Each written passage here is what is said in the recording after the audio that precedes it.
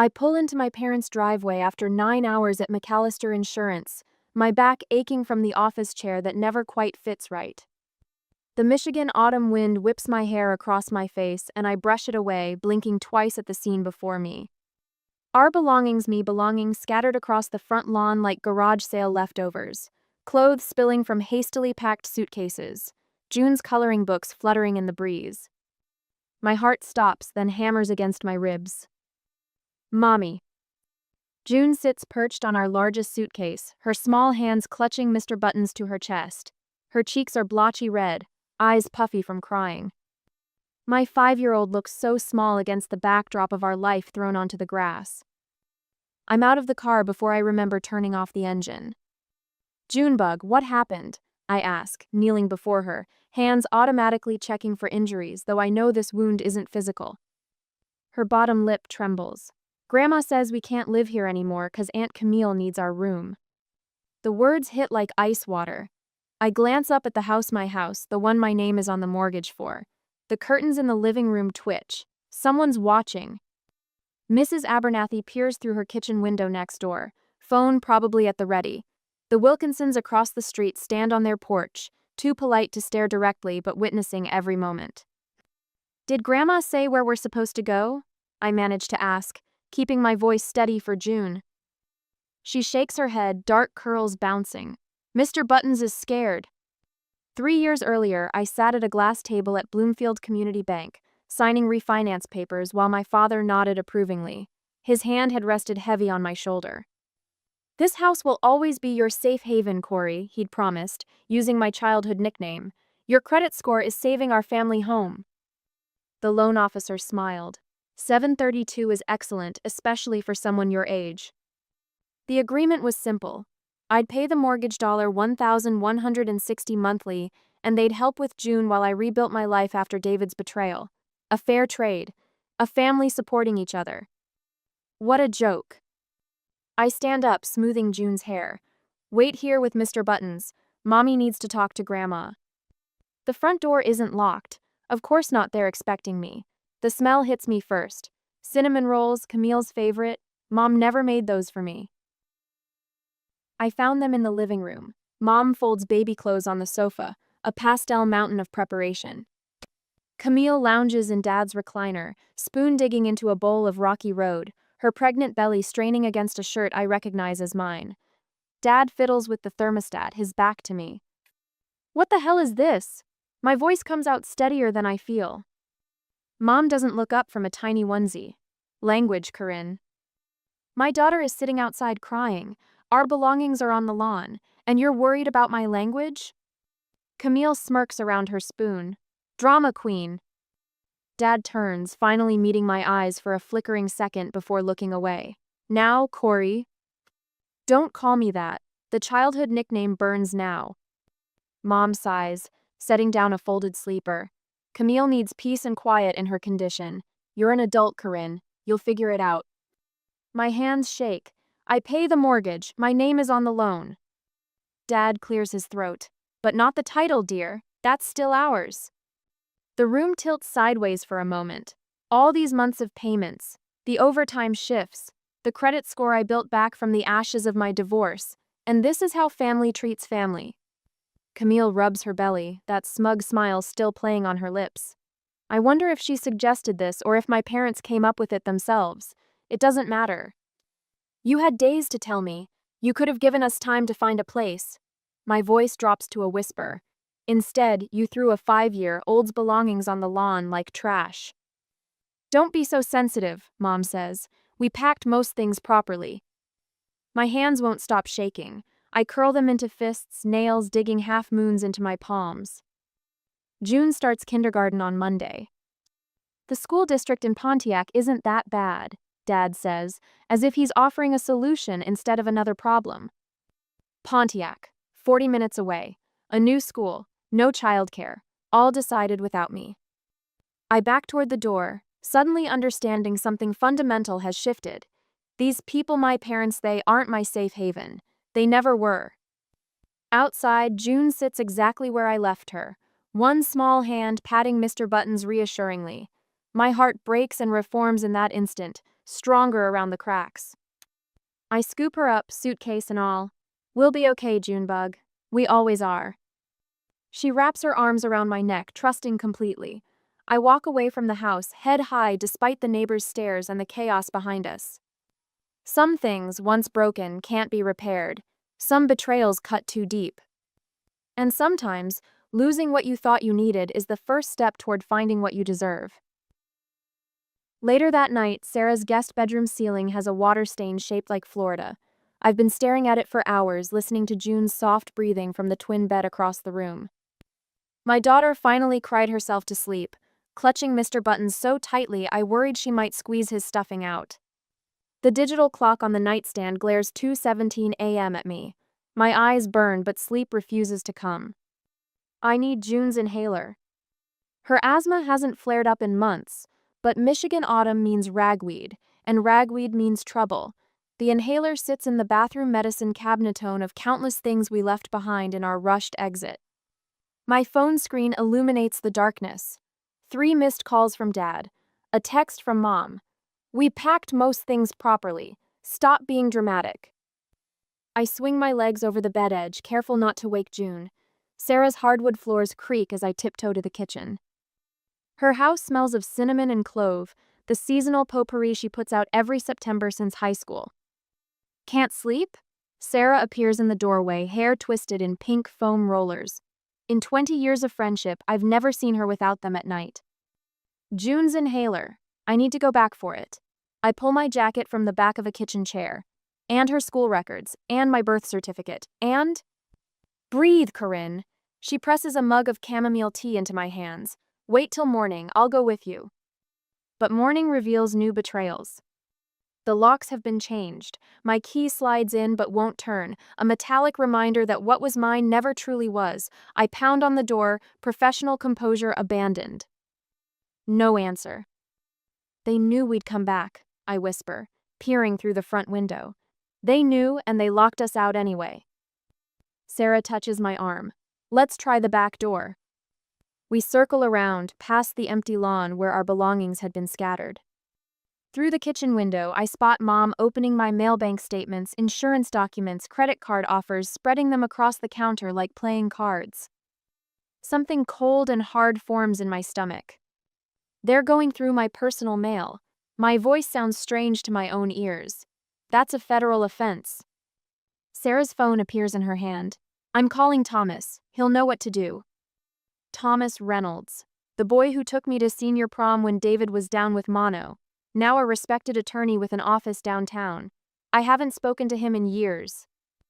As Sarah makes the call, I press closer to the window, watching Mom sort through my private correspondence with practiced efficiency.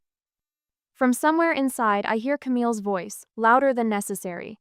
It was so easy to get rid of her. Dad barely hesitated when I suggested it. My knees nearly buckle. This wasn't a spontaneous decision. This was calculated, planned. The Michigan autumn wind whips around us, colder now than yesterday. The next day, Thomas's office smells of leather and lemon polish. His desk gleams under recessed lighting, free of clutter except for our file already an inch thick with documents. Credit applications. He slides several papers toward me. Opened in your name over the past year. Department stores, online retailers, even a car loan application from last month. I stare at signatures that mimic mine with unsettling accuracy. I didn't apply for any of these. I know. Thomas removes his glasses, rubbing the bridge of his nose. Your parents have been using your credit for years, Corinne. The mortgage was just the beginning. My chest tightens. How bad? Nearly $40,000 in debt you didn't create, and with your name on the mortgage but not the title, he shakes his head. They set you up perfectly. The room tilts slightly. I grip the armrests of my chair, steadying myself. But here's something they didn't count on. Thomas slides another document forward. You've been living there, paying the mortgage. Under Michigan law, that establishes tenant rights, even without a formal lease. What does that mean? It means they conducted an illegal eviction. They can't just throw you out without proper notice. His eyes narrow slightly.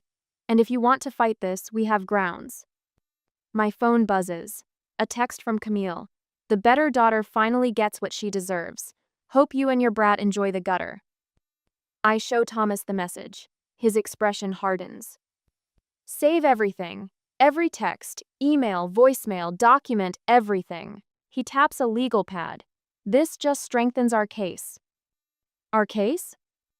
I'm taking this pro bono. He gives me a half smile. Consider it payback for helping me pass trigonometry. When I leave Thomas's office, something has shifted inside me.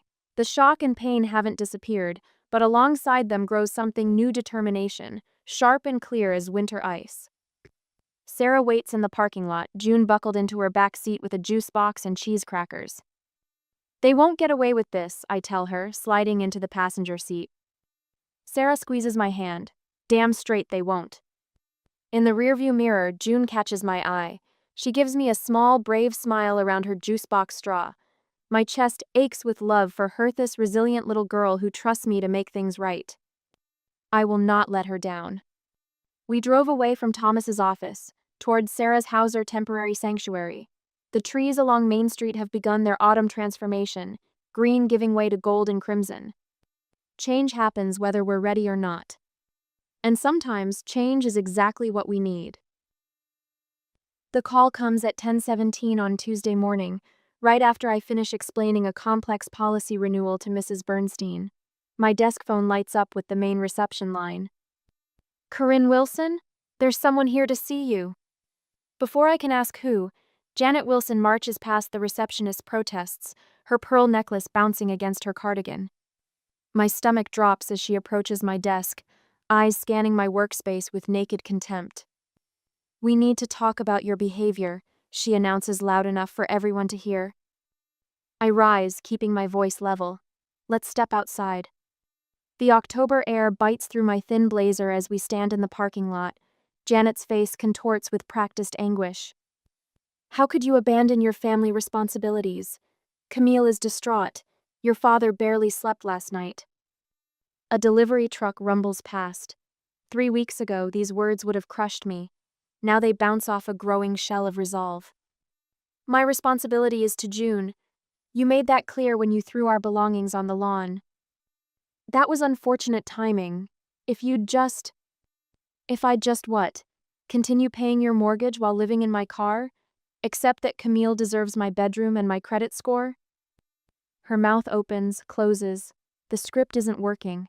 I'm not apologizing or begging to come home. Your sister needs that house. She's having a baby. So did I, 3 years ago. The words come out steady, surprising me. When David left, you told me to toughen up. Now I have. Janet's face hardens. We'll see how tough you are when that mortgage payment comes due. It won't. I straighten my shoulders. I've informed the bank of the situation. You might want to prepare for their call. The color drains from her face. For the first time in my life, I see genuine fear in my mother's eyes. You wouldn't dare. I already did. When I return to my desk, Denise from accounting leans over the partition. Everything okay? Your mother seemed intense. Former mother.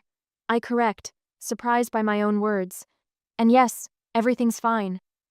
That night, I tuck June into her new Beta twin mattress with princess sheets in our small 2-bedroom apartment. The place isn't much, but at $950 a month, it's what we can afford in a neighborhood with decent schools. June has taped paper stars to the ceiling, creating her own constellations. Do you think Grandma and Grandpa are mad at us?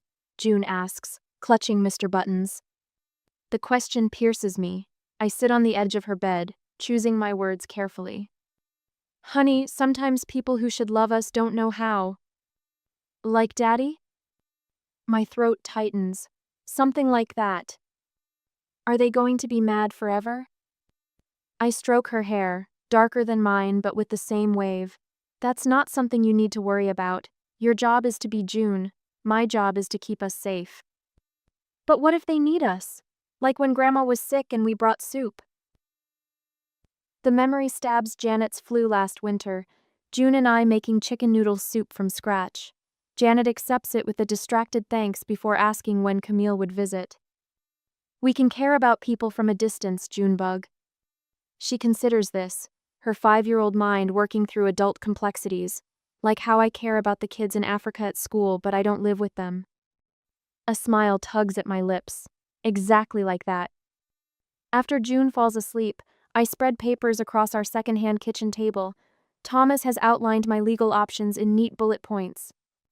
The tenant rights violations alone could force my parents to pay substantial damages. My phone buzzes with Sarah's text. Meeting with the daycare director tomorrow at 3. She'll hold a spot for June. Another message follows. Denise dropped this off, said you might need it. Attached is a photo of an advance check from McAllister Insurance 2-week salary that Mr. McAllister approved without me asking. A handwritten note reads, "Family isn't always blood. Take care of your girl." The tears come then, hot and fast, not from sadness but from the shock of genuine support after years of its absence. My phone rings. Camille's number. I silence it, watching as she leaves a voicemail. The notification appears seconds later. I play it on speaker. Someone from the bank called Dad today. What the hell did you do? You're going to ruin everything. This is just like you, always making things about yourself when I'm the one having a baby. Mom says you're trying to get them evicted. Is that what you want? For your pregnant sister to be homeless? The old Corinne would have called back immediately, apologizing, fixing, managing Camille's feelings as I've done since childhood. Instead, I open a fresh document on my laptop. At the top, I type, "Communication log, Camille Wilson." Then I transcribe her message word for word, noting date and time. In another folder labeled Legal, I save the voicemail file Thomas advised me to keep. The mortgage company's confirmation email arrives as I work. Payment suspension acknowledged. Property status updated to pre-foreclosure. My hands tremble slightly as I file this too. 1 month of missed payments won't trigger foreclosure, but it starts the clock. By my calculations, they have about 80 days before real trouble begins. I look around our small apartment, the water stain on the kitchen ceiling, the bathroom door that sticks, the living room barely big enough for our second-hand couch. Nothing like the 4-bedroom colonial with the maple tree out front, the house I've paid for but never owned. My phone buzzes again. Janet. Your father had to take a nitroglycerin pill tonight. I hope you're satisfied. Another entry for the communication log. Another manipulation tactic documented. A text from an unknown number follows. This is Brad, Camille's husband. Can we talk? Things don't add up. That's new. I forward it to Thomas before responding. I'll have my attorney contact you tomorrow. The weight in my chest shifts slightly, no longer crushing, just heavy, manageable. From June's room comes a whimper. The nightmares again. I find her tangled in sheets, Mr. Buttons squeezed against her chest. We have to go, she mumbles, half asleep. They said we have to go now. We're home, Junebug, I whisper, stroking her hair. This is our place. No one can make us leave. Her breathing steadies. She believes me because children trust their mother's promises. I've never felt more determined to keep one. Back at the kitchen table, I open the sealed envelope Thomas gave me earlier. Inside is a formal legal notice, already drafted, requiring only my signature to proceed. Notice of intent to file civil suit for wrongful eviction and financial exploitation. The words blur through unexpected tears. Not sad tears. Not angry tears. The terrified tears of someone standing at the edge of a high dive, knowing they must jump. My pen hovers over the signature line. I think of June's paper stars, carefully placed to create her own sky when the real one was taken away. I sign my name. 3 days later, the certified letter feels substantial in my hand as I drop it into the mailbox. 2 more identical envelopes wait their turn on for the mortgage company, one for Thomas to file with the court. Each contains 37 pages of meticulous documentation spanning 3 years of financial exploitation. My fingertips linger on the edge of the mailbox. Is that it, Mommy? June stands beside me, clutching Mr. Buttons under one arm while licking a rainbow popsicle with her free hand. That's it, Junebug. I close the metal flap with a satisfying clank. Now we wait. We don't wait long. The first voicemail arrives before we make it back to our apartment. Janet's voice wavers between righteous indignation and theatrical tears. Corinne, what is this nonsense? Legal papers? After everything we've done for you in June? I delete it mid-sentence and block the number. An hour later, Sarah hands me a mug of coffee when we walk through her door. Round one? Complete. I sink into her kitchen chair. Thomas says the mortgage company will send the first default notice tomorrow. June scampers off to play with Sarah's cat, leaving sticky fingerprints on the doorframe. I should wipe them clean, but exhaustion pins me to the chair. You look terrible. Sarah tops off my mug. When did you last sleep? August, maybe? I laugh, but the sound emerges hollow. My phone buzzes. An unknown number, but the area code matches my parents' neighborhood. I silence it without answering. 3 days later, Ron appears on our doorstep unannounced. The door chain catches when he tries to push his way in. Corinne Elizabeth Wilson, you open this door right now. His voice carries down the hallway. Mrs. Patel from 3B peers out her door, witnessing everything. You need to leave, Dad. My voice remains steady despite the hurricane in my chest. Any communication needs to go through Thomas Reynolds. That two-bit lawyer? We changed your diapers for God's sake. We don't need a lawyer between family. Mrs. Patel's door opens wider. Her phone appears in her hand. Everything okay, Corinne? Should I call someone? Her gentle Indian accent carries concern and determination in equal measure. Ron's face flushes crimson. This is a private matter. Not when you're shouting in a hallway, I say, and not when you threw my daughter onto the front lawn like yesterday's trash. He flinches as if slapped. Good.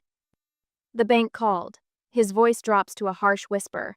They're talking about foreclosure. You need to fix this. No, Dad, you need to fix this. You had 3 years of me paying your mortgage. Now you can figure it out. I close the door in his face. June stands in the hallway behind me, eyes wide. Was that Grandpa? I kneel before her. Yes, sweetie, but remember what we talked about? Some people need to learn to be kind before they can be in our lives. Her small fingers touch my cheek. Like a timeout? Exactly like a timeout. I pull her close, breathing in the scent of watermelon shampoo and childhood.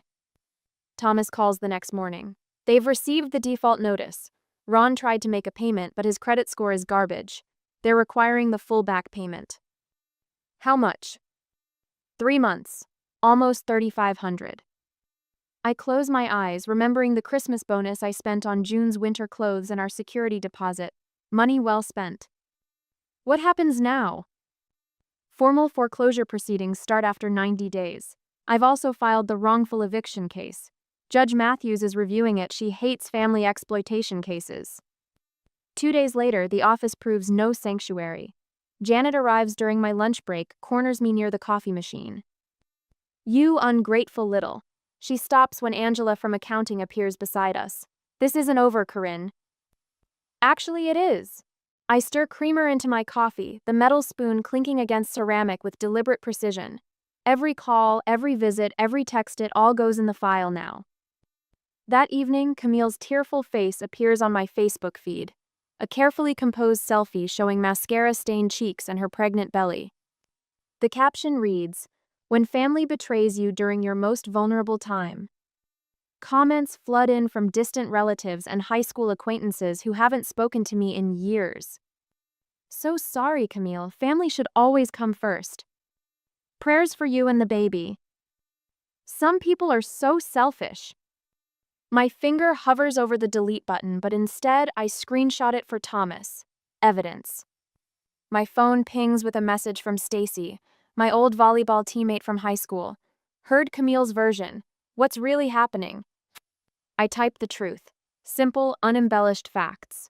5 minutes later, she responds, "Holy shit, want me to set the record straight?"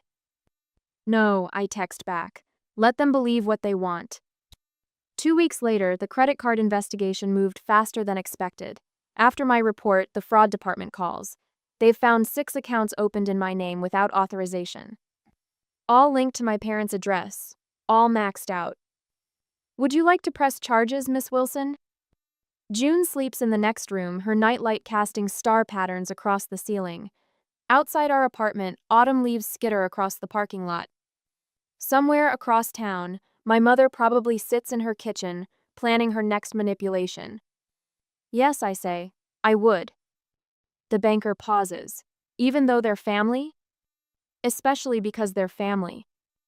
That night I slept without dreaming for the first time in months. The doorbell rings at precisely 7 o'clock on Sunday evening. I've been expecting them, the cavalry, right on schedule. Through the peephole, I count 7 people crowded on the landing of my modest apartment building, Mom and Dad front and center.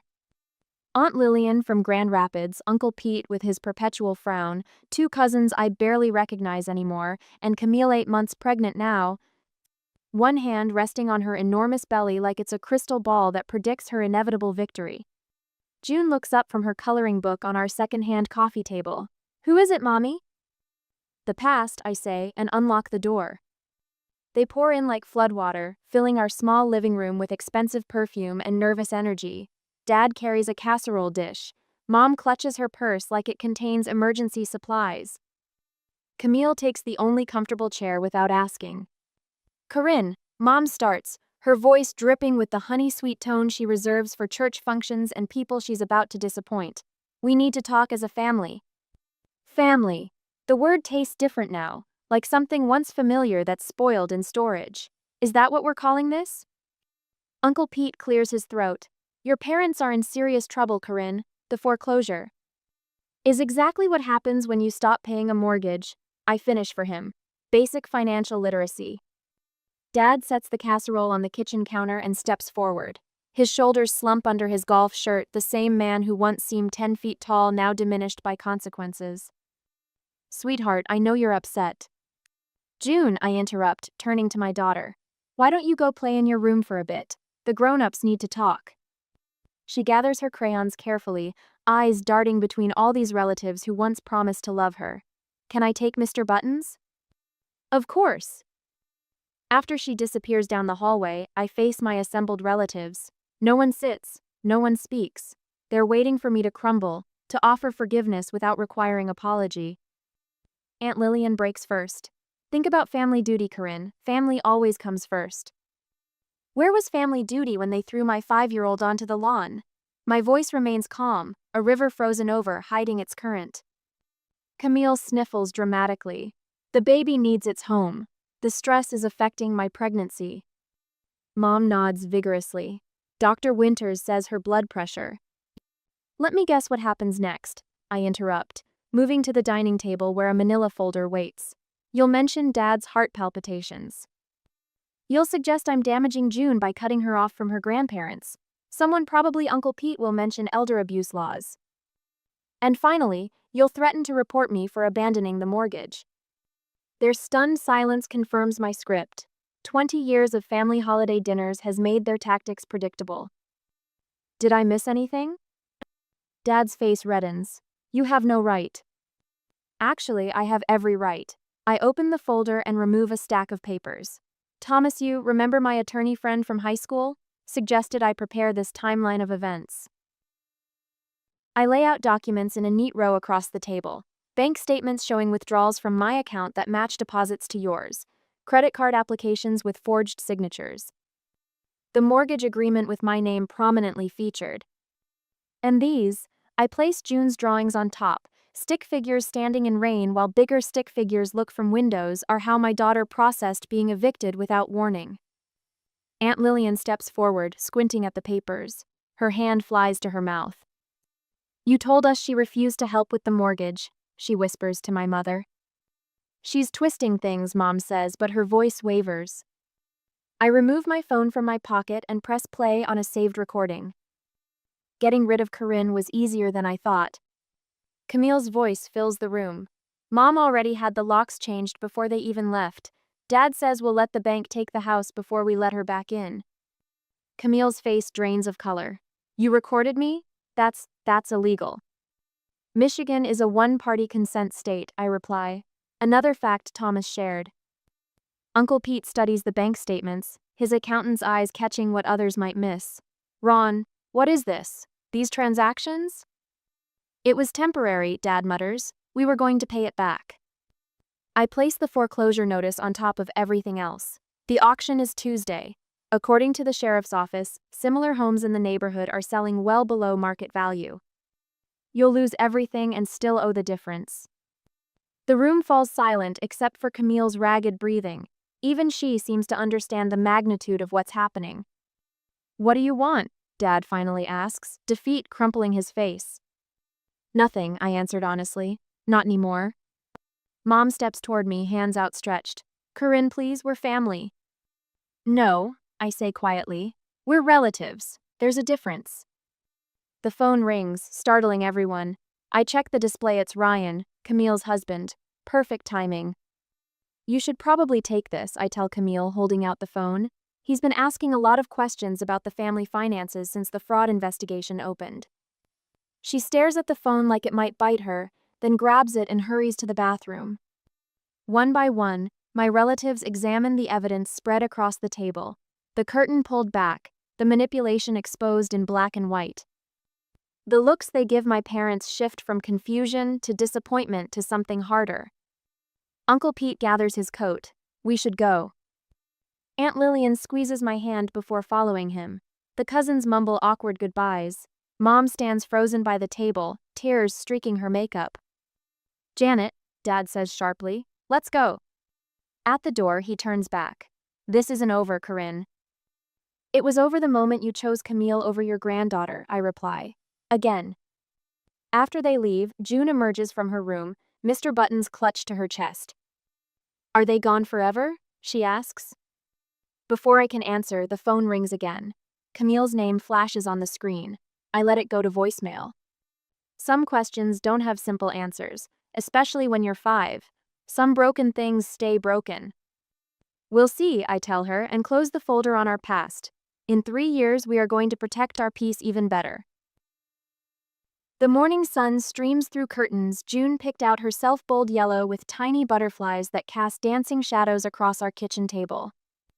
3 years ago, this same table held our tears and half-eaten microwave dinners in Sarah's cramped guest room. Today, it showcases June's science-projecta bean plant stretching toward the light, roots visible through clear plastic. "Mom, it grew another inch." June bounces on her toes, ruler in hand, her curls wild from sleep. At 8, she's all elbows and opinions and infectious joy. I set down 2 bowls of oatmeal topped with fresh berries, recorded in your growth journal before school. While June scribbles measurements, I sip coffee and scan the wall calendar color-coded, naturally. Blue for work meetings, green for June's activities, purple for my online accounting classes, and yellow for social events. So much yellow these days. My phone pings with a text from Thomas. "Credit score update, 798, highest I've seen in my practice. Celebration dinner Friday?" I smile. 3 years of meticulously rebuilding what my family destroyed. 3 years of saying no to impulse purchases and yes to overtime. 3 years of choosing June's future over my present comfort. "Miss Peterson says I'm the best reader in class now." June looks up, berry juice staining her lips purple. "Can we go to the bookstore Saturday?" Already on the calendar, I tap the yellow square marked June's book adventure.